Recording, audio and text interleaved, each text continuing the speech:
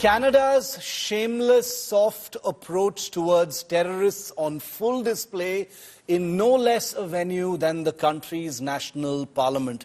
And it's back in focus just a couple of days after Prime Minister Modi had met with his Canadian counterpart, Justin Trudeau.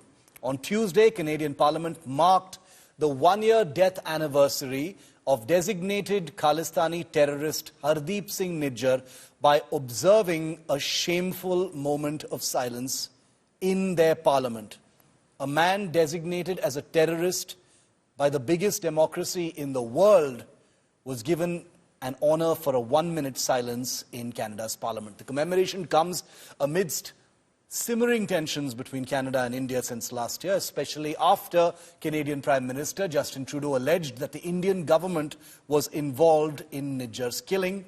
There has been no proof of that extended even vicariously so far. In response to Canada's moment of silence, the Indian Consulate General in Vancouver announced a memorial service to honor the 329 people killed by Khalistani terrorists in the 1985 bombing of Air India flight Kanishka.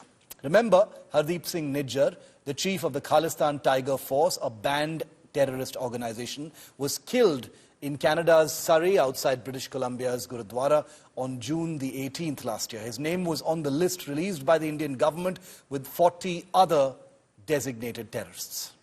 Daniel, quickly to you first. Things happening in Canada vis-a-vis Hardeep Singh Nijjar, don't really surprise people in India anymore. But this came as a bit of a particular shock. An honor ceremony, a moment's silence for a designated terrorist inside Canada's parliament. How do you explain this? How do you see it, Dan? The explaining of this is it's completely par for the course for the Trudeau government. This is exactly what has been happening the last 9 years. Yes, it's a bit of an escalation, but let's not forget that this is a pattern of support for terrorism from the Trudeau or Trudeau-Jagmeet alliance. Since 2015, we have given $10.5 million to a convicted terrorist, Omar Khadr, who we knew planted IEDs in Iraq and Afghanistan. His father was one of the founders of Al-Qaeda. And instead of fighting him in court, because the Americans kept him awake at night with sleep deprivation in Guantanamo, because the Americans did it, we just decided to pay him $10.5 million of taxpayer money. Justin Trudeau also said in Parliament that returning ISIS fighters, members of ISIS, could be, quote, a powerful voice of de-radicalization. So the reason we needed to bring in ISIS members, returning ISIS members to Canada, is the ISIS members would de-radicalize the children. When this was criticized and conservatives said they did not want ISIS members in Canada, this was Islamophobia. So here we now have the ultimate extension of this, a moment of silence for a terrorist, a man whose own people come up as the leader of the Khalistan Tiger Force, which you've mentioned. I hope you show the logo of the Khalistan Tiger Force and how silly it is, because there's a lion in the middle because they're Khalistanis. And this crosses a line. So it's one thing if we wanted to say the principle here was we will defend a Canadian because a Canadian is a Canadian is a Canadian, and any Canadian no matter what. Okay. And we even pretend that the Indian government was 100% responsible. Yeah. This is not the response for Karima Baloch, actual human rights activist murdered by the ISI here. This was not the response to Mehdi Amin, a friend of mine who was an advocate for a free Iran, murdered likely by the IRGC here. Those two people can rot in hell for all we care. But a man who was, again, the leader of the Khalistan Tiger Force, ties to Pakistan, terrorist training camps. This is a man who we're going to observe a moment of silence for and promote, and pop up and glorify. It's unacceptable. I'm fine with fighting for justice on his murder. You can justify that. You cannot prop him up as a paragon of Canadian virtue. I understand what you're saying. A par for the course for the Trudeau government, but definitely an escalation and something that crosses the line. Dr. Tara Kartha, how should the Indian government see this? Tensions between India and Canada have been simmering since last year. When India was blamed first by the Trudeau government. But this is an obvious, provocation. Daniel says it crosses a line. How do you see it? Oh, absolutely. I would 100% agree with Daniel. I didn't know about the ISIS aspect either. That is surreal. I don't know what else to say. But I think our embassy there's already, a High Commission there's already started in terms of having a memorial service for those who died in Air India crash, which I thought was a very good thing. But separately, just to look at this from a sort of standoff point of view, Trudeau and his partner, both the parties are at a 50-year low in terms of their popularity in Canada. So no wonder he's doing these things. Jagmeet Singh and Trudeau are both the worst performers. That is one. Number two is 54% of Canadians see inflation as a huge, huge problem. This guy needs some card up his sleeve to sort of flash around and say, oh, we held silence for a terrorist. It just doesn't make any sense at all. Dramatics and diversions, you're saying. Considering that Canada is signatory to 13 UN resolutions on terrorism, 13 UN resolutions, they are signatory to that. How can you not act against Canada's own laws? Allows them, not just allows, once you sign to a UN agreement, you're supposed to have the legislation on the ground, which allows that to be, to be predicated on the ground. He's got the law spirit. Why isn't he doing it? But I'm just wondering. I'm wondering. There are all these political compulsions on the ground, like Daniel laid out, and I'll bring Abhijit in on this. There are all these hypocrisies as far as UN resolutions on terrorism, etc., are concerned. But at the end of the day, one wonders how India should respond to this. Abhijit, it's not like actions haven't been taken. There were Canadian diplomats who were thrown out of India. That sent out a message, but it clearly seems that this issue isn't over. Thanks, Shiv. Look, it isn't over by a far margin because we need to be worried about the direction of Canadian politics per se, and not just Trudeau. If you listen to the complete statement that the speaker read out, the Conservatives were complicit in this minute of silence. This had been done after cross-party consultation. I would remind you that when Stephen Harper visited India when he was Prime Minister, there was an official boycott of him because he had been trying very hard to get the Khalistanis on board with the Conservative Party, and Pierre Poilievre continues that policy. If you look at Tim Uppal, who's his right-hand man, literally right-hand man, he sits on his right in Parliament, the fellow is an...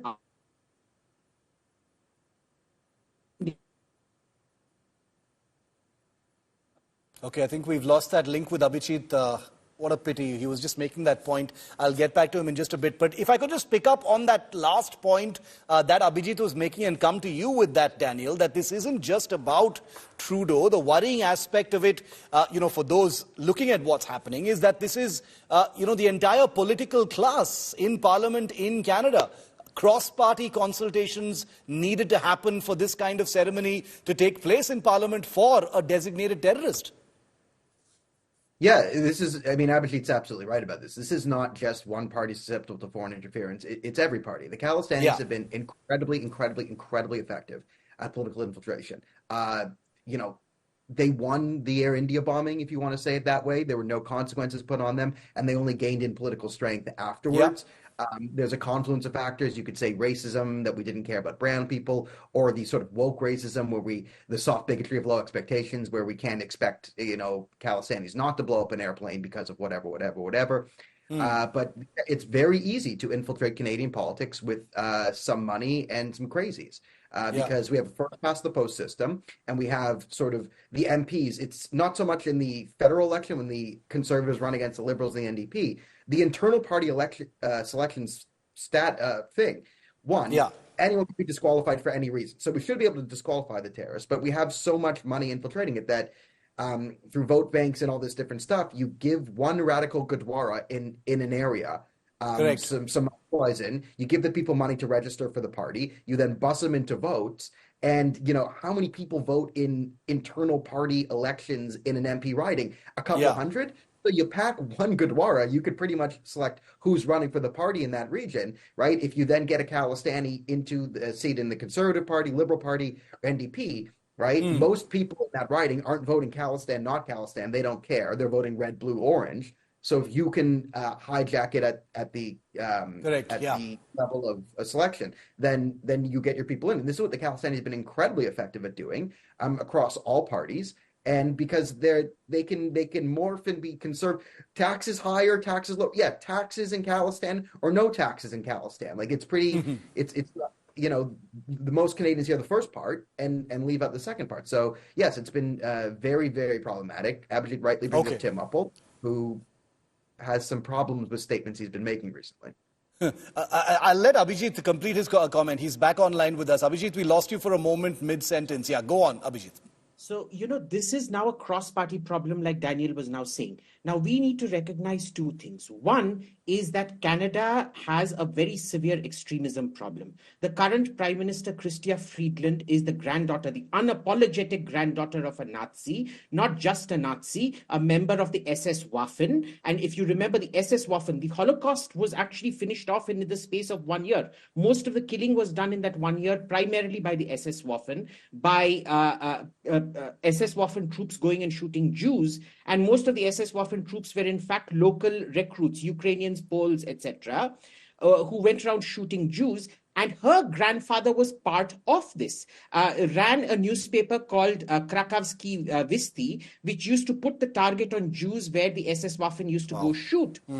They gave a standing ovation, just like this obituary today. They gave a standing ovation to actual SS Waffen Galitzen veteran. And not one of them had the brain to think, if he was fighting against the USSR, wasn't he fighting with the Nazis? Because there sure wasn't any Japanese planes or American planes or British planes dive bombing Soviet troops at that point of time. But they all stood up and clapped. Nobody has asked. And mind you, Chrystia Freeland is unapologetic about her Nazi past. She has never been held to account. We have seen extremely disturbing views come out about their views on Hamas and things like that. Lots of people from within the Labour Party. This is a systematic mainstreaming of radicalization, be it Khalistan, be it Nazis, be it Hamas, be it anything else. Second, Shiv, very quick point if you let me finish. We need to understand the Sikhs in Canada need our help. They are in the vicious clutches of organized crime-driven Khalistanis who control. Because, young boys plucked up from the middle of Ludhiana or Bhatinda or wherever, rural boys, have no social support systems there outside the Gurdwaras, which have been completely hijacked by these extremist radical groups.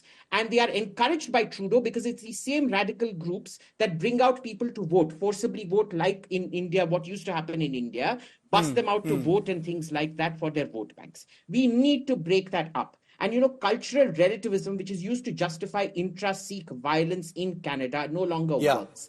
They gave a standing ovation today, a minute of silence today, to a guy that supported the largest massacre of Canadians since the Second World War. Let that sink in. And they did it without any shame at all. We're not asking them to stop this for the sake of India. We're asking to stop this for the sake of Canada. But then when you have a deputy prime minister who's a Nazi and you give a standing ovation to a Nazi, this is essentially a quasi-Nazi state. There's nothing you can do about it. This is an incredible situation, and I think you've captured it really well, Abhijit. What's happening in Canada and the political system there, which is clearly infiltrated by this absolutely diseased terrorist radical ecosystem. But the question remains, what can and what is and what should India be doing about it? Dr. Tara Karta, could you throw some light on that? Some actions have been taken, visible actions, actions that are obviously happening, not on camera and not in the media. What do you think India's next step, will or should be? I think just before that, I just wanted to underline what Abhijit said. We are talking of the Canadian intelligence agencies have their reports. There's about 3,000 organized crime gangs in Canada. Linked to that is the fact that just after Nijjar was killed, Sukhdev Singh, nobody's talking about that. He was a criminal and he died. He was killed in an intergang fight. So there's a lot of stuff going on there. What we did was the National Investigation Agency brought out a detailed report on the extent of organized crime linked to the Lawrence Bishnoi gang, Goldie Brar, all those people. It's all there out in the open. Unlike what Canada has yet to give us any proof. I mean, at some point, I think the Conservatives leader also said that look, he hasn't shared anything with us in terms of what is the proof that India was involved. Now, the last 3 or 4 arrests, which took place recently, I think it was last to last week, on That's right. this case, is all linked to the Lawrence Bishnoi gang. So, I mean, you shelter this bunch of people. I mean, Correct, forget yeah. about the Nazis. I mean, we can't forget. I mean, that is bad enough, giving a standing ovation to a Nazi. I mean, that at some level, I can't even understand what is going No, it's on. symptomatic. But Yeah. to not act against organized crime in your own country doesn't make sense. So So there's India, no- I think, has made its case very well. It has brought out the data. It's brought out that your National Investigation Agency has brought this out and said, this is what is going on. Now it's up to Canada to do something about it for its own What- sake, as Abhijit says. Abhijit, I want to come to you on that. So we've seen what India has done, for most part. What lies ahead as far as Indian actions are concerned? I mean, the dossiers have been provided, the lists have been provided, action has been taken against, the consular services in places like Bhatinda and Ludhiana and Chandigarh and places like that. But what else can the Indian government do now, in your view? So there's a lot of systematic things that you can do, because remember, these responses need to be graded in response to each and every provocation. I don't think standing up and giving a minute of silence counts as that grave a provocation per se, because that has to be action for action.